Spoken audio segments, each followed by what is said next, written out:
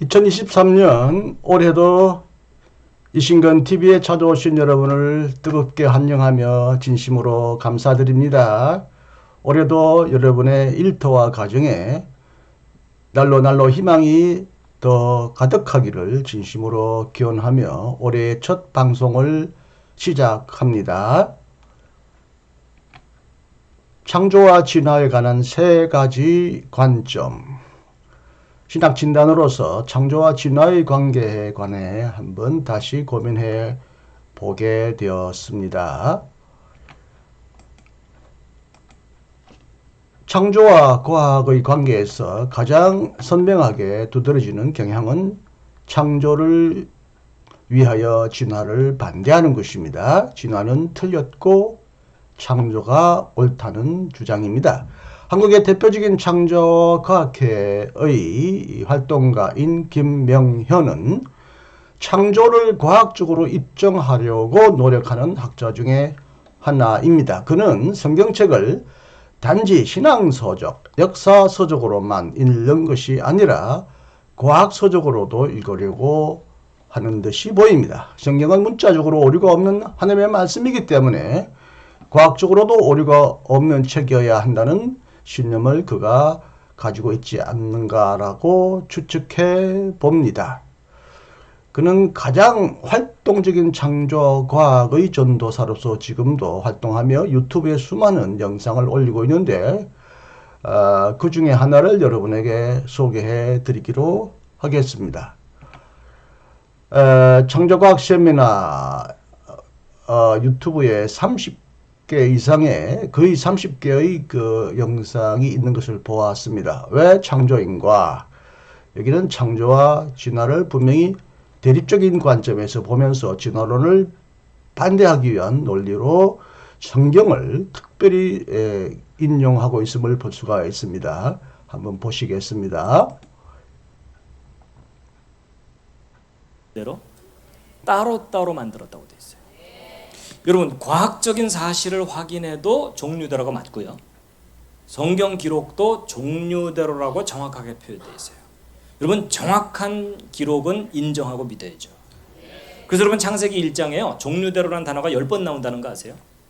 여러분, 제가 예전에 성경 읽다가 짜증이 났어요. 야, 나한테 2번만 얘기해도 내가 알아들을 텐데 뭐 10번씩이나 반복을 했나, 지겹게 잔소리처럼.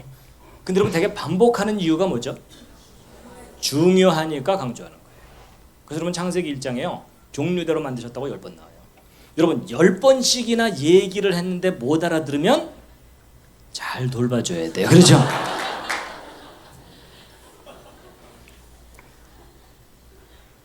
그래서 여러분, 지금 생물은 진화됐고 진화의 증거가 있다고 가르치는데 증거가 있다고요, 없다고요? 없어요. 구체적으로 무슨 증거가 없다고요? 연속적인 중간 단계성이에요. 그렇다면 다 따로따로죠. 여러분, 지금까지 한 얘기 다 잊어먹어도 괜찮아요. 이 그림만 보면서 한번 생각해 보세요. 정말 역사 속에 진화가 일어난 게 맞다면 얘네들을 연결해주는 괴물들이 우글우글했었어야 되죠. 맞죠? 얘네들보다 훨씬 더 많아야 되죠. 근데 저게 없어요. 그러니까 종류대로 만드시니 하나님 보시기에 좋았더라.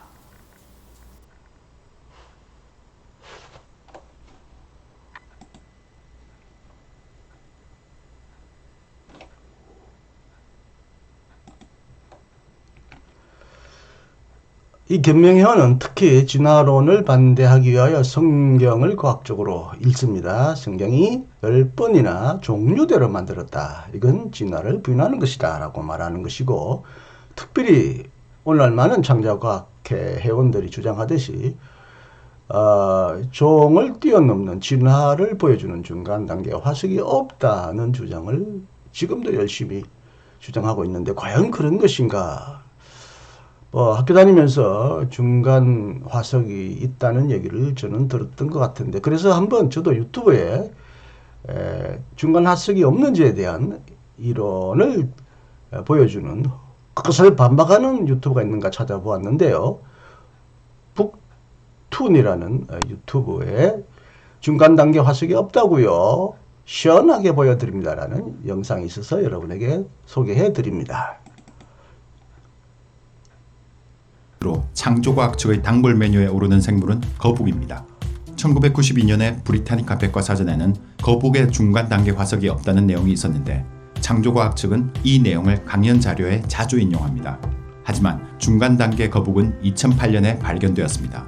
오돈토켈리스는 배딱지는 있고 등딱지가 없는 절반의 거북 화석이며 다른 파충류와 거북 사이의 전이 과정을 보여주는 중간 단계 화석입니다. 브리타니카에는 이 내용이 업데이트되었습니다. 2008년에는 개구리와 도룡뇽의 특징을 모두 가진 중간 단계 화석도 발견되었습니다. 그래서 게로바트라쿠스는 개구롱뇽이라는 애칭으로도 불렸습니다. 개구롱뇽은 몸은 도룡뇽인데 개구리처럼 머리는 짧고 주둥이는 둥글며 큰 눈과 큰 고막이 있습니다. 또 다른 화석 트리아도 바트라쿠스는 현생 개구리의 모습과 조금 더 닮았지만 도룡뇽의 특징도 아직 가지고 있습니다. 원시 양서류에서 현생 개구리의 과도기 과정도 화석으로 잘 채워지고 있습니다. 네, 워밍업이 끝났다 치고 이제 중간 단계의 시조 중의 시조를 한번 알아볼까요? 학명 아르카이옵테릭스 리토그라피카, 일명 시조새. 시조새 화석은 1860년에 처음 발견된 뒤로 현재 12개의 화석이 있습니다. 전 세계 학계에서는 시조새를 대표적인 공룡과 새의 중간 단계 화석으로 인정하고 있습니다. 상징성이 크다 보니 시조새는 집중 공격도 많이 받았습니다. 창조과학 측은 그동안 시조새 화석이 조작이라고 왜곡하거나 중간 단계가 아니라 그냥 새의 한 종류일 뿐이라고 주장해왔습니다. 새라고 주장하는 근거는 외형입니다. 크기가 작고 날개가 달려있다는 이유입니다. 하지만 공룡이라고 모두 크지 않고 날개가 있다고 모두 새가 아니라는 것쯤은 초등학생도 아는 상식입니다. 화석 분류는 결코 외형만 따지지 않습니다. 해부학적 구조를 엄밀히 파악해서 종별 유사성을 분석하고 현대 들어서는 분자 생물학의 도움도 받습니다. 시조새는 해부학적으로 새보다 공룡에 더 가깝습니다. 골격은 대부분 공룡과 닮았고 현생 조류에는 없는 이빨과 긴 꼬리뼈가 있습니다. 대부분의 수각류 공룡처럼 손가락이 3개이고 가운데 손가락이 깁니다. 반달형 손목뼈와 중간 발목뼈 관절 같은 공룡, 익룡, 조류의 공통으로 나타나는 특징 외에도 100여 개의 해부학적 특징들을 분석해서 시조새를 수각류 공룡과 고등 조류의 과도기 단계로 분류하는 것입니다. 공룡과 새의 중간 단계 화석이 시조새뿐이라 하더라도 모자람이 없겠지만 지금은 시조새 말고도 중생대 과도기 조류 화석이 수십 가지가 있습니다. 새로 발견되는 과도기 화석들 덕분에 비조류형 수각류 공룡과 고등한 조류 사이의 빈틈 대부분이 채워졌습니다. 새로운 중간 단계 화석들에 대해 미국의 창조과학 측은 대체로 무반응으로 대응하고 한국의 창조과학은 아직도 시조새에만 집착하고 있습니다. 새의 시조를 알아보았으니 이번에는 육상동물의 시조를 한번 알아보겠습니다. 바로 물고기와 4발 달린 육상동물 사이의 중간 단계입니다. 1881년에 발견된 에우스테놉테론은 척추 구조와 머리뼈의 패턴, 지느러미 등에서 4발 동물의 해부학적 특징을 가진 육기 어류였습니다. 에우스테놉테론은 오랫동안 육기 어류가 4발 동물로 진화한 유일한 증거로 알려졌지만 지금은 4발 동물이 되어가는 단계 하나하나를 입증하는 화석들이 많습니다. 그 중에서도 결정적인 화석은 2006년에 발견된 틱타알릭입니다. 틱타알릭은 거의 완벽한 반어류, 반양서류 화석입니다. 틱타알릭의 비늘, 아래턱, 지느러미 줄기, 입 천장은 어류형 동물의 특징을 가졌고 짧아진 머리뼈 천정, 움직이는 목, 손목 관절 등은 4발 달린 육상동물의 특징을 가졌습니다. 귀는 땅 위와 물속에서 모두 소리를 들을 수 있었습니다. 틱타알릭의 발견 덕분에 지금은 물고기가 무트로 나오는 근사한 과도기 단계가 만들어졌습니다. 에우스테놉테론 같은 완벽한 수서성 육기 어류부터 양서류에 더 가까워진 형태를 거쳐 완전한 4발을 갖춘 형태로 부드럽게 이어집니다. 고래처럼 큰 동물이 마땅한 중간 단계 화석이 없을 땐 단골 메뉴에 오르기 딱 좋겠죠. 실제로 고래는 1980년대 초까지 고대 고래 화석들은 있었지만 고래와 비슷한 특징이 있는 포유류 화석이 거의 확보되지 않아서 창조과학 측의 집중 공격 대상이었습니다. 그러나 1983년에 파키케투스가 처음 발견된 뒤로 고래의 중간 단계 화석 발견이 빠르게 늘어났습니다. 파키케투스는 고대 고래와 비슷한 해부학적 특징들을 가졌는데 귀의 구조를 보면 물속에서도 소리를 들었을 것으로 추측되었습니다. 그리고 1994년에는 마침내 고래와 육상 포유류의 딱 중간에 있는 특성을 가진 암블로케투스가 발표되었습니다. 이후 달라니테스와 로도케투스, 타크라케투스, 가비오케투스 같은 중간 단계 화석들이 계속 발견되면서 유재류, 즉 발굽 달린 포유류에서 원시 고래까지의 전이 과정도 훌륭하게 설명되었습니다. 고래의 중간 단계 화석들이 갑자기 늘어난 것에 당황한 미국의 창조과학 측은 고래의 뒷다리를 물고 늘어졌습니다. 창조과학 강연자 듀웨인 기시는 현생 고래에는 뒷다리가 없기 때문에 뒷다리가 있는 화석들은 고래가 아닌 다른 종으로 봐야 한다는 주장을 펼쳤습니다. 또다시 외형만 보고 화석 증거들을 부정한 것입니다. 하지만 기시는 현생 고래에도 뒷다리가 있다는 사실을 몰랐습니다. 물론 기능을 하는 다리는 아니지만 볼기뼈와 넓적다리뼈의 흔적이 근육 속에 깊이 파묻혀 있어서 겉으로 보이지 않을 뿐입니다. 고래의 중간 단계 화석들은 숨어있는 뒷다리 외에 수백 가지의 해부학적 증거들로 입증되었습니다. 그리고 분자생물학적 분석으로 현재 고래의 육상동물 조상은 하마와 가장 가까운 것으로 알려졌습니다. 이 외에도 양막류에서 당국류와 원시 포유류로 넘어가는 전이 과정은 포유류의 폭발이라고 불릴 정도로 화석 기록이 풍부합니다. 종과 종 사이의 전이 과정을 연속적으로 보여주는 화석들, 특정 뼈의 진화 과정을 잘 보여주는 해부학적 중간 단계 화석들, 동물뿐 아니라 식물과 미화석의 중간 단계 화석들까지 중간 단계 화석들 이름만 열거해도 1시간이 넘는 영상이 나올 정도입니다. 중간 단계 화석은 과거에도 있었고 현재는 더 빠른 속도로 발견되고 있습니다. 고생물학자 도널드 프로세로는 현대의 화석 발굴 속도가 화석을 분석할 인력과 시간이 턱없이 모자랄 정도로 빠르다고 말합니다. 명백한 중간 단계 화석이 보고될 때마다 창조과학 측이 주로 대응하는 방법은 조작이라고 왜곡하는 것입니다. 그렇게 왜곡한 자료를 대중들에게 전파하면서 과학계에 대한 불신을 조장합니다. 화석은 발굴하는 일도 어렵지만 분석하고 검토하는 작업은 더 어렵습니다. 화석이 발견되면 수백 수천 점의 다른 화석들과 해부학적 비교를 하고 몇 년에 걸친 연구 과정 끝에 학계에 발표됩니다. 그 뒤로도 해당 분야 학자들의 혹독한 검증 과정을 거쳐야 학계의 인정을 받습니다. 이러한 검증 과정은 화석뿐만 아니라 과학계 전반에 자리 잡은 시스템입니다. 한두 사람의 조작으로 무너질 시스템도 아니고 수만 점의 화석이 가짜로 등록될 수 있는 시스템도 아닙니다. 과학 문명을 이끈 이런 시스템에 불신을 조장하는 단체가 있다면 참으로 슬픈 일이 아닐 수 없습니다. 책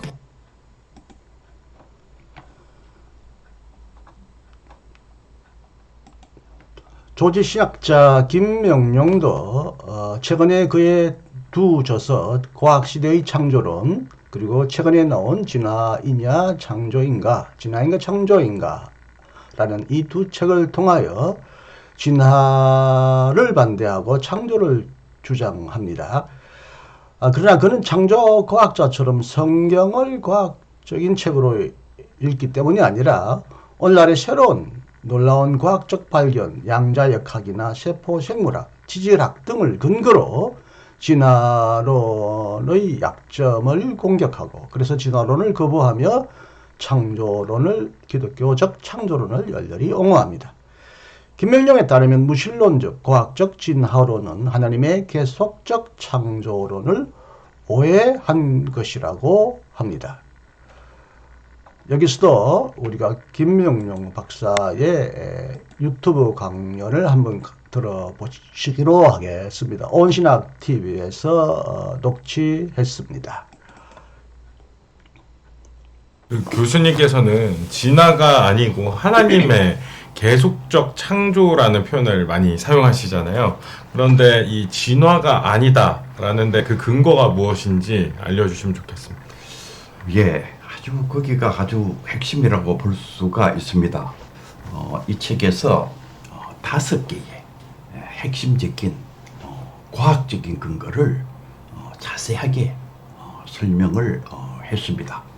그 5개의 과학적 근거들은 다음 시간에 제가 하나씩 언급할 것입니다. 여러분들이 다음 시간에 들으면은 확실하게 아실 수가 있을 것입니다. 오늘은 그 간단한 개요만 여러분들에게 설명해 드리면은 우선 첫 번째로 양자역학이 진화론의 기둥을 허물고 있어요. 이 최근에 발전된 이 양자역학은 이 우주의 근원이 의식과 정보라는 것을 밝혀냈습니다. 이 우주의 근원이 의식과 정보라는 이 사실은 그동안 물질만 있다고 생각했던 진화론적인 과학, 이 진화론적인 과학은 모든 것이 물질만 있다고 생각하는 과학이지요. 방법론적 자연주의라는 말이 많이 언급됩니다.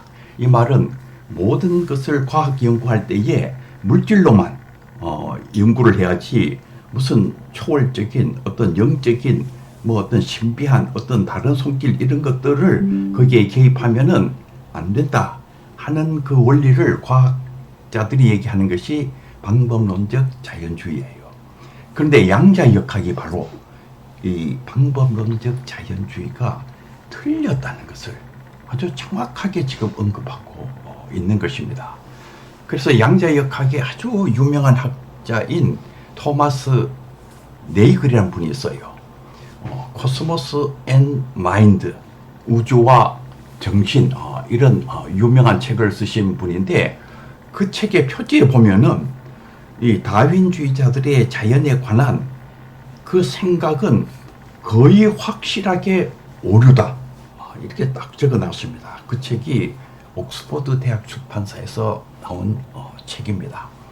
제가 진화론을 비판하는 글을 쓰니까 무슨 창조과학 또는 사이비 과학을 제가 얘기하는 것으로 착각하는 분들이 많이 있어요. 그게 아니고 가장 업투데이트한, 가장 발전된 첨단의 과학이 얘기하는 것을 가지고 진화론의 오류를 언급하는 것입니다. 분자 생물학도 진화론의 오류를 지금 굉장히 많이 밝혀놓고 있어요. 딘 캐년이라는 학자가 계십니다. 이분은 1969년에 바이오케미컬 프리데스티네이션, 아주 유명한 책입니다.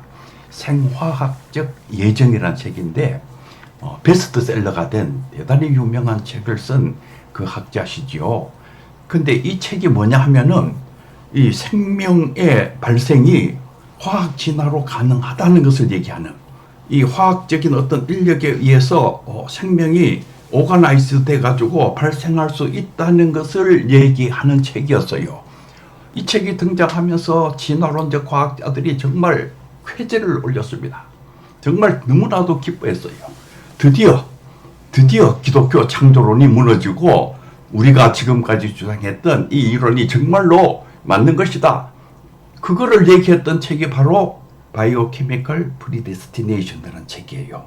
그런데 바로 이 책을 저술했던 딘 캐년이라는 학자께서 더 깊이 연구한 끝에 아니라는 걸 알게 됐어요. 절대로 안 되는구나 하는 걸 알게 됐어요. 그래서 이분이 지금 오히려 창조론을 얘기하는 대표적인 과학자가 되었습니다. 왜 이 분자 생물학이 하나님의 창조를 얘기하고 진화에 대해 가지고 오히려 부정적인 것인가 하는 것은 다음 시간에 좀 더 자세하게 말씀드리려고 합니다. 분자 생물학의 문제뿐만 아니라 최근에 천체 물리학이 파인튠드 유니버스를 발견했지요. 이게 물리학적인 대단히 중요한 발견입니다. 이 우주가 대단히 정교하게 조율되어 있구나. 이것도 역시 진화론보다는 창조론을 여는 대단히 중요한 과학 이론입니다. 캄브리아기, 이 캄브리아기도 자세하게 설명을 해드리겠지만은 선 캄브리아기, 캄브리아기 그 앞에 선 캄브리아기에는 아무것도 없는데 캄브리아기에 엄청난 생명체가 등장합니다. 이것도 다윈의 이론을 그 기둥에서부터 다이너마이트로 폭파시키는 과학적인 근거들이에요. 화석학적인 근거.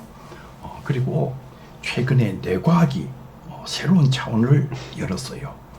과학적인 디스커버리, 그것도 최근에 가장 업데이트한 최근의 과학적인 발견들을 기초로 해서 진화론이 그동안 얘기했던 것들이 허구였다는 것을 제가 이 책에서 자세하게 설명을 했습니다.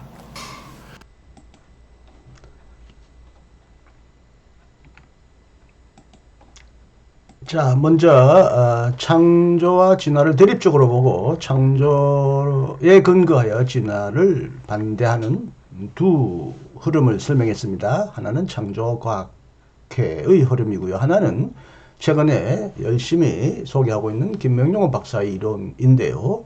최근에 눈부신 과학적 발견을 기초로 창조과학계의 이론도 반대하고 또 유신진화론도 반대하면서 진화는 오직 하나님의 계속적 활동으로서만 재해석되거나 그래서 진화는 부정되어야 한다. 그것은 진화가 아니다. 하나님의 계속적 창조다라고 말하는 김명룡 박사의 주장을 설명했는데요. 이제 창조와 진화에 관한 또 하나의 관점은 창조와 진화를 동일시하는 것입니다. 창조는 진화를 통해 일어난다. 창조와 진화가 서로 충돌하는 것으로 보지 않고 하나의 동일한 현상의 다른 측면, 다른 층이라고 보는 그런 견해입니다. 오래전에 소개된 진화론적 신학자 테일하르드 드 사르댕, 이분은 고생물학자이면서 신부입니다. 이분은 지구 생명체의 진화 과정을 연구한 끝에 이를 신학적 창조론과 결합하였습니다.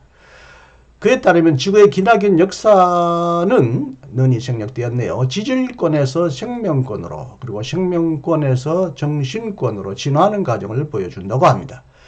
그리고 진화의 동력과 목표는 그리스도입니다. 여기서는 이제 신학적인 진화론이 나오죠. 그리스도는 진화의 종점, 오메가 포인트로서 만물을 자신을 향해 이끌고 있습니다. 만물은 에베소스가 말하는 대로 그리스도 안에서 만유가 되시는 그리스도 안에서 만물이 통일될 것이라는 거대한 비전을 가지고 진화론을 신학적으로 재해석한 사람으로서 테일하르드 사르댕은 매우 유명한 학자가 되었습니다. 가톨릭 교회는 초기에는 이 사르댕의 책을 다 불온시하고 폐기하고 거부했지만 지금은 대개 아니 거의 사르댕의 이론을 수용하면서 진화론은 하나의 과설 이상이다, 사실이다 라고 하는 그런 견해를 발표한 적이 있습니다. 연세대학교 김학철 교수가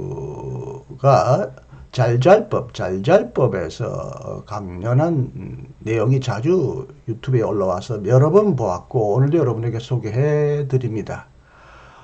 김학철도 창조와 진화를 서로 대립적으로 서로 충돌하는 것으로 보지 않고 어떤 다른 층이 다른 관점에서 보는 것으로 봅니다. 쉽게 말하면 진화는 과학이고 그리고 성경은 과학에 관한 이념이요 신앙이다.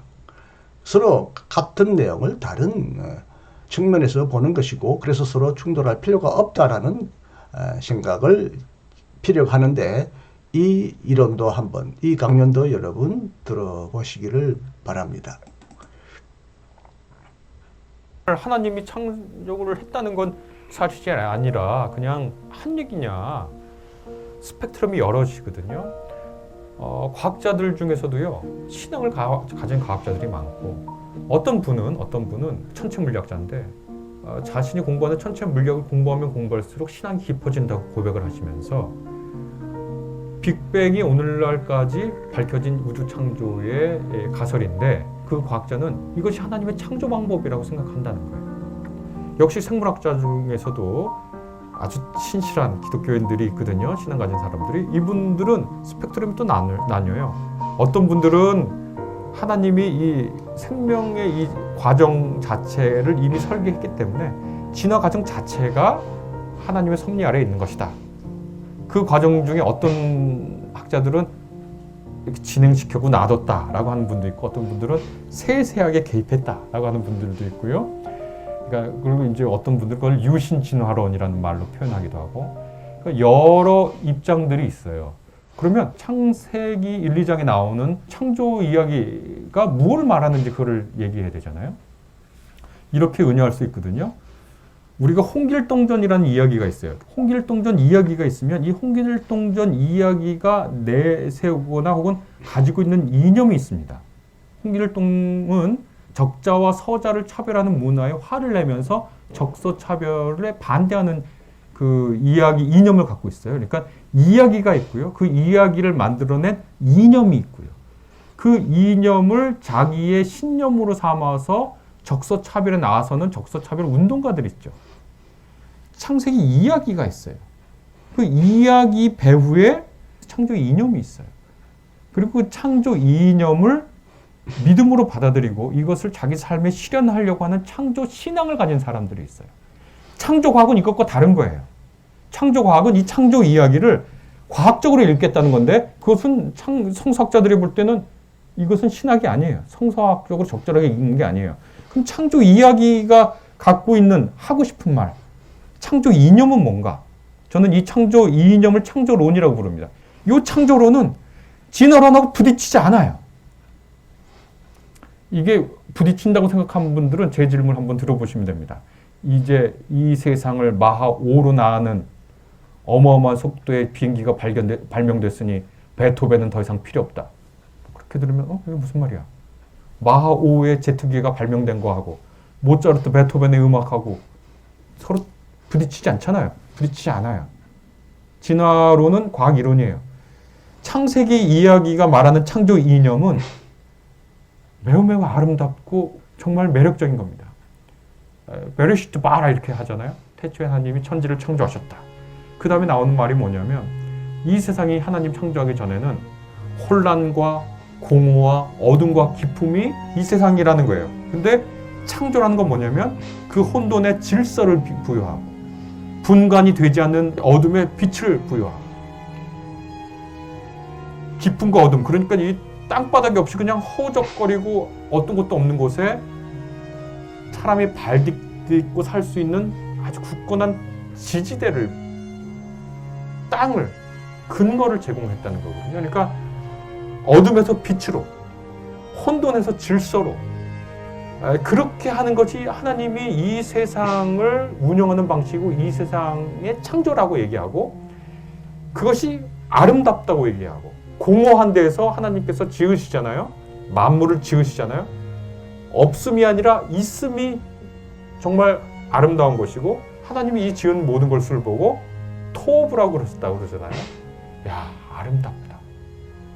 토브란 말은 아름다움이란 말과 도덕적으로 선하다는 말이 동시에 있는 겁니다. 그러니까 하나님께서 존재하는 것을 보고 야, 너는 참 아름답고 존재하는 것 그 자체로 선하다 라고 하는 그 선언을, 그 선언, 그게 창조 이념입니다. 창조 이야기 배후에 숨은. 그러니까 창조 신앙이라는 건 뭐냐면 혼돈에서 질서로, 비존재에서 존재로, 어둠에서 빛으로 가는 이 모든 창조의 과정을 하나님과 더불어 그것이 참 아름답고 멋지고 좋은 일입니다 하는 존재에 대한 긍정입니다. 그러니까 어둠,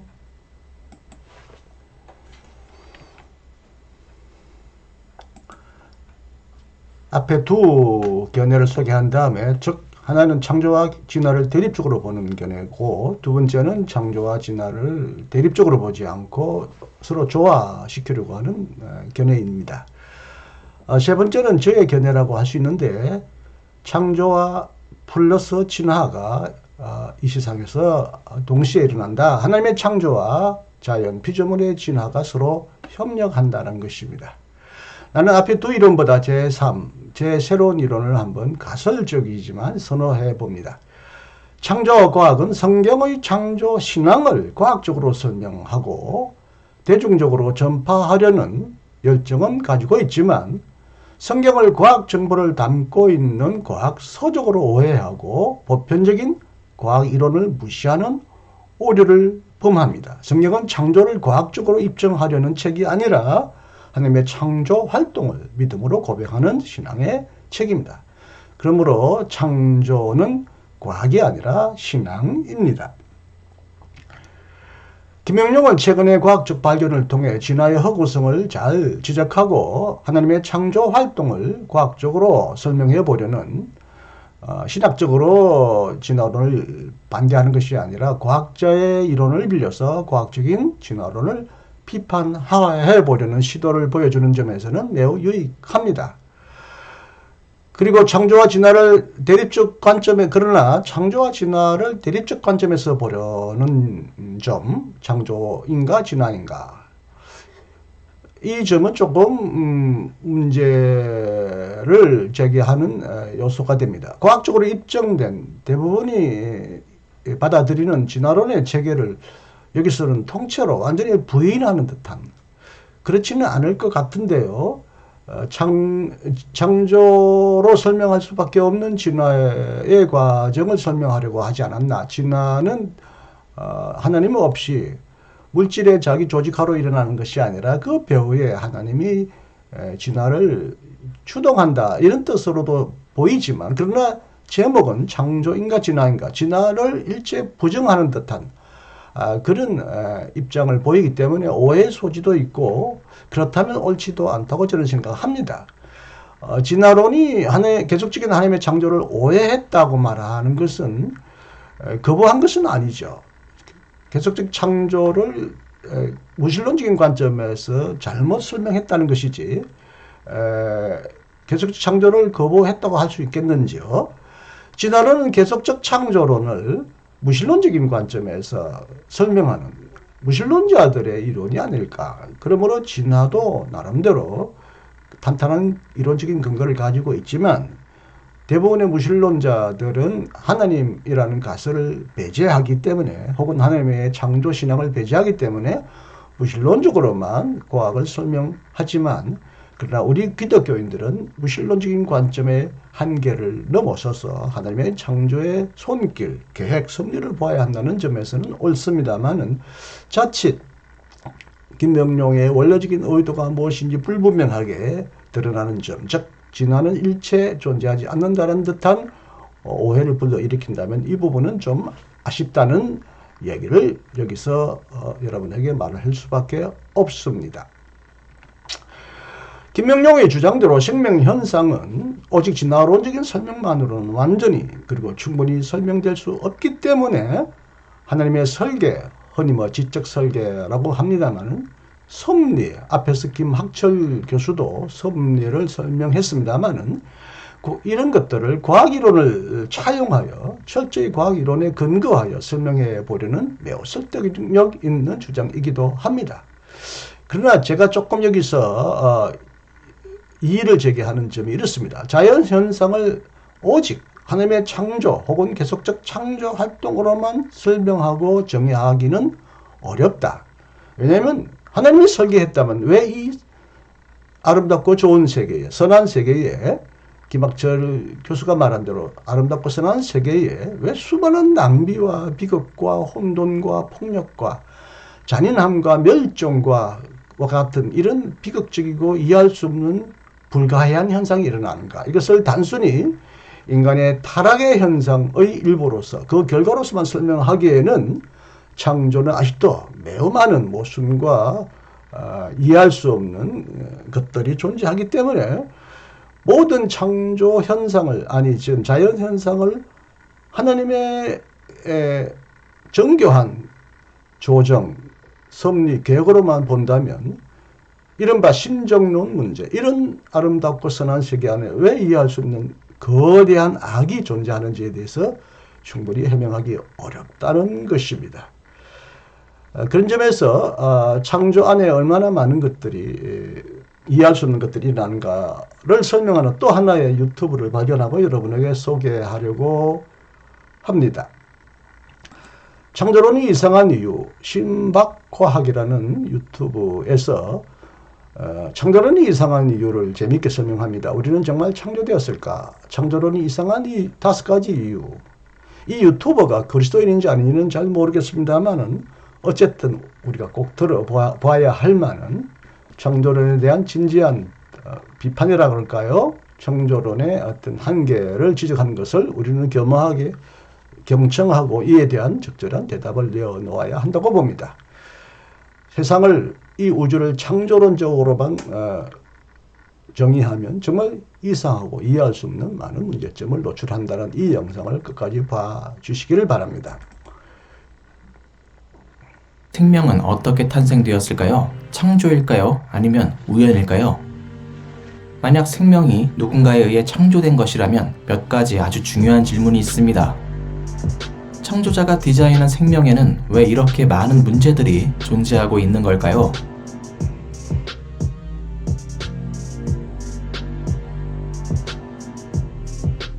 일반적으로 남성은 여성보다 힘이 훨씬 더 셉니다. 이는 일부 남성들이 힘의 우위를 이용해 여성들에게 폭력 등의 범죄를 일으키기 쉽게 만듭니다. 이것도 창조자의 설계인 걸까요? 그것이 맞다면 어째서 많은 여성들이 이러한 창조자의 설계 때문에 범죄자들의 희생양이 되어야 하는 걸까요? 어쩌면 먼 옛날에 아담이 저질렀던 원죄 때문일 수도 있습니다. 일부 사람들의 주장대로 이 원죄 때문에 인류가 겪고 있는 모든 고통들이 시작되었을 수 있죠. 그렇다면 궁금한 게 이러한 디자인은 과연 무슨 컨셉인 걸까요? 정말로 남성과 여성이 창조자에 의해 지적으로 설계가 되었다면 남녀에게 동등한 힘과 능력이 부여되었을 겁니다. 이를 통해 한쪽의 성별이 다른 쪽의 성별에 대해 신체적 지배력을 갖지 못하게끔 설계가 되었겠죠. 처음부터 이렇게 설계를 했다면 남성과 여성은 훨씬 더 평등해질 수 있었으며 특정 성별을 향한 범죄도 지금보다 훨씬 더 적었을 겁니다.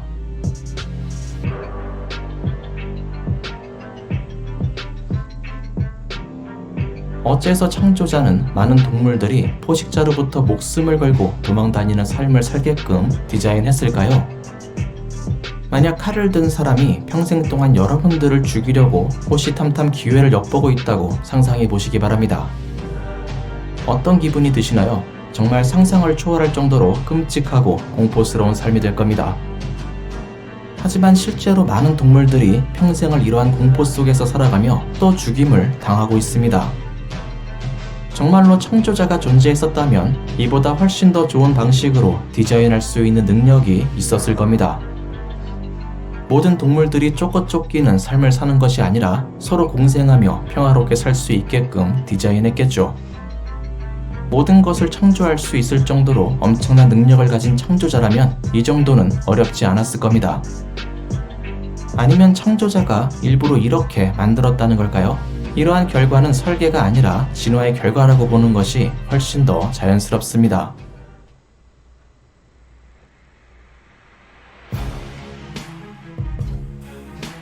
그토록 완벽한 창조자는 어째서 우리의 뇌가 다시 회복될 수 있게 설계해 놓지 않았던 걸까요?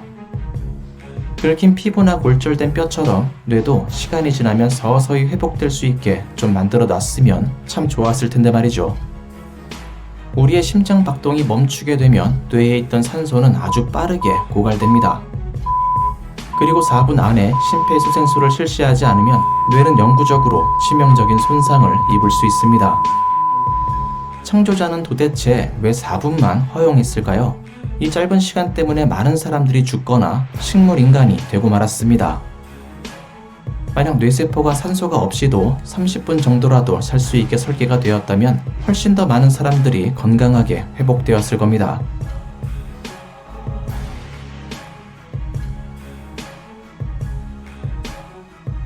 뿐만 아니라 창조자는 수많은 해충과 미생물들도 만들어냈습니다. 그리고 많은 생명들은 이를 통해 고통받으며 죽어갔죠. 지금 이 순간에도 전 세계의 많은 아이들은 말라리아에 감염되어 2분의 1명꼴로 사망하고 있습니다. 또한 전 세계적으로 매년 2억 명의 새로운 말라리아 환자가 발생하고 있습니다. 이 치명적인 말라리아의 감염은 주로 플라스모디움이라는 기생충에 감염된 모기에 물리면서 발생하게 되는데요. 그런데 창조자는 어떠한 이유로 플라스모디움과 같은 치명적인 기생충과 모기를 만들어냈던 걸까요? 만들 수밖에 없었던 우리가 모르는 필연적인 이유라도 있었던 걸까요? 이에 대해서 어떤 사람들은 이렇게 말합니다. 새를 비롯해 많은 동물들이 이러한 해충들을 잡아먹으며 살아가고 있다 라고 말이죠. 하지만 두 번째 항목에서 언급했듯이 정말로 창조자가 존재했다면 이보다 훨씬 더 좋은 방법으로 디자인했을 겁니다. 새들이 풀이나 나뭇잎을 먹으며 살면 안 되는 무슨 특별한 이유라도 있었던 걸까요? 또는 창조자가 인간을 벌하기 위해 만들어 놓은 한 가지 방법이라고 말하는 사람도 있습니다. 그렇다면 왜 이 해충들은 흉악한 범죄를 일삼는 사람들이 아닌 대부분 가난하고 힘없는 사람들이 걸리고 있는 걸까요? 이건 아무리 뛰어난 창조자라고 해도 미처 예상하지 못했던 걸까요?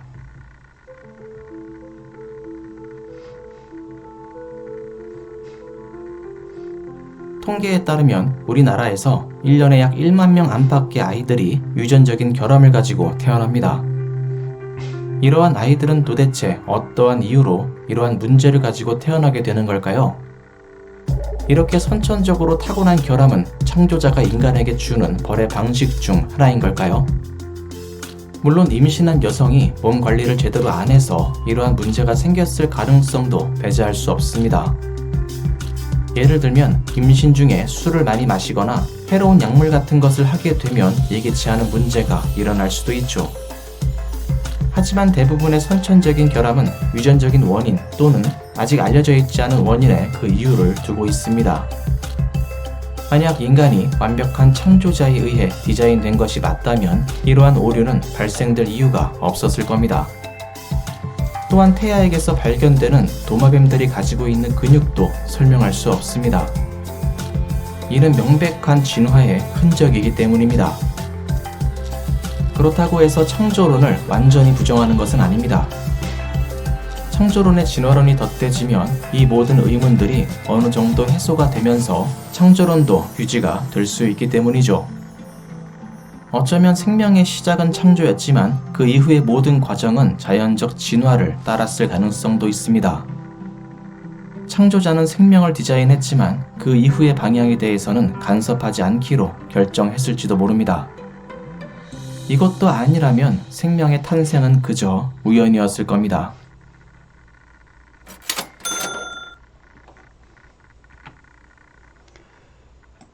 하나님은 자신의 피조물에 우연과 자유를 허용하지 않았는가? 하나님의 창조 활동은 피조물의 협력을 완전히 배제하는가? 만약 그렇다면 피조물은 기계적으로 작동하는 로봇이나 꼭두각시일 것입니다. 앞의 영상에서도 창조의 진화가 덧됐다 이런 표현을 썼는데요. 하나님이 창조하시지만 거기에는 또 피조물의 우연과 자유도 허용하기 때문에 하나님이 예기치 않거나 하나님이 원치 않는 여러 가지 우연적인 사건 혹은 불행한 사건이 존재할 수 있는 가능성을 열어놓은 것은 아닌가 이렇게 생각할 수도 있겠는데요. 앞에서도 여러분이 섭리란 말을 썼지만 전통적으로 섭리가 무엇입니까? 전통적으로 신학자들은 하나님의 섭리를 직접적인 창조, 태초의 창조, 무로부터의 창조와 달리 유로부터의 창조, 유로부터 새로운 것을 만들어내는 창조라는 의미에서 간접적 창조라는 말을 썼습니다.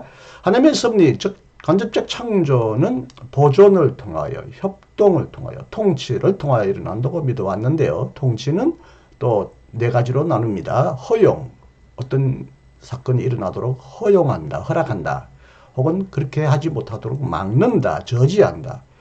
또 실제적으로 어떤 일이 일어나도록 실제적으로 조종하고 이끌어간다. 그리고 어떤 피조물에게 혹은 어떤 사건에 더 이상 넘어갈 수 없는 한계를 설정한다. 이런 것을 전반적으로 통치라고 했습니다. 통치라고 하면 하나님이 주도적으로 일방적으로 자신이 창조하신 피조물에게 어떤 행동하신다. 사물을 자신의 뜻대로 이끌어 가신다라는 의미로 이해된다면 여기서 특히 협동이라는 말은 하나님과 피조물이 공동으로 서로 협력한다는 말로도 이해됩니다. 그렇다면 세계는 하나님의 독자적인 행위로서만 일어난 것도 아니며 오직 피조물의 독자적인 행위로, 즉 진화로서만 일어나는 것만은 아니고 하나님과 피조물의 협력, 코어퍼레이션. 그래서 하나님은 창조하시는 분이고 피조물은 또한 진화한다. 창조와 진화가 서로 협력하여 일어난다. 창조가 진화를 거부하는 것이나 창조가 진화를 통해서 일어난다기보다도 하나님의 창조와 피조물의 자기 조직화, 자기 진화가 서로 맞물려서 맞대면서 서로 협력하면서 이 세계의 현상이 새로워진다고 말하는 것이 훨씬 설득력이 있거나 더 신학적으로 개연성이 있다고 저는 보기 때문에 이 세 번째 관점을 여러분에게 한번 제시해 봅니다. 보라 내가 마음으로 새롭게 하노라 너의 진보를 나타내라. 세 가지 이론 중에 어떤 것을 선택하든, 다시 말하면 하나님의 창조 활동만을 믿든, 자연의 진화 과정만을 믿든, 혹은 창조와 진화를 동일한 것으로 충돌되지 않는 것으로 믿든, 또는 창조와 진화의 협력, 공동 활동을 믿든, 여기서 거부하거나 우리가 회피할 수 없는 명백한 한 가지 공통점은 있습니다. 그것은 만물은 끊임없이 변화하고 갱신되고 있다는 것입니다. 이 변화와 갱신을 무엇이라고 표현하든, 진화라고 하든 변화라고 하든 변혁이라고 하든 혁명이라고 하든 발전이라고 하든 진보라고 하든 만물은 항상 변하고 있고 달라지고 있고 바뀌고 있다는 것입니다. 따라서 변화와 갱신을 원칙적으로 원리적으로 완강히 거부하는 것은 우주에게 저항하는 부질없고 무익한 짓입니다. 이건 과정 철학자 화이트헤드의 표현입니다. 저는 한 걸음 더 나아가 이것은 바로 하나님에게 만물을 새롭게 하시고 우리에게 진보를 나타내기를 원하시는 하나님의 뜻에 반항하는 매우 어리석고 또한 그래서 매우 교만한 짓이기도 하다고 봅니다. 변화의 속도를 놓고 서로 다른 견해를 선택하고 갈등할 수는 있습니다. 그러나 변화 자체를 부인한다는 것은 매우 부질없고 무익하고 어리석은 것입니다. 세상은 변화하지 않는다는 이 주장 외에는 모든 것이 변화합니다. 물론 변화할 수 없는 것 속에서도 변화하는 것 속에서도 변화할 수 없는 것이 있지 않느냐. 하나님의 신실하심, 하나님의 사랑, 공의 등등 여러 가지를 얘기할 수 있겠지만 좌우간에 변화하지 않는다고 믿는 것도 변화하는 것을 통하여 자신을 드러내고 변화하는 것을 통해서 또한 변화하지 않는 것은 자신을 표현한다. 이런 의미에서 보존과 혁신은 서로 상보적이다. 워트만이 말한 대로 모든 보존은 실제적으로 혁신을 통하여만 일어나고 모든 혁신은 또한 보존을 통해서 일어난다. 보존과 혁신은 상보적이고 상호적이라는 표현을 여러분에게 소개하고 싶습니다.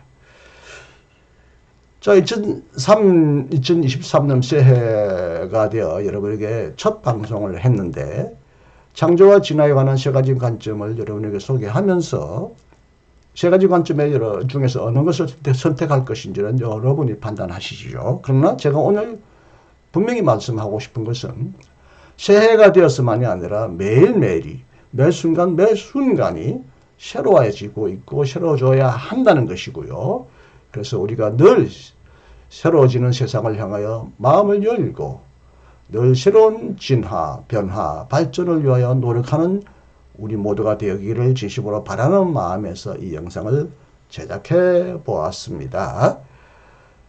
이 영상을 끝까지 경청해 주셔서 대단히 감사하고요. 올해도 이신근 TV는 더 열심히 신학의 대중화와 현장화를 위하여 더 가열차게 노력할 것임을 여러분에게 약속드립니다. 지금까지 함께 해주셨던 것처럼 앞으로도 함께 해주실 것을 믿고 감사드리며 또 다음 시간에 다시 만날 수 있기를 기대하겠습니다. 여러분 안녕히 계십시오. 감사합니다. 사랑합니다. 이렇게 한가요? 네.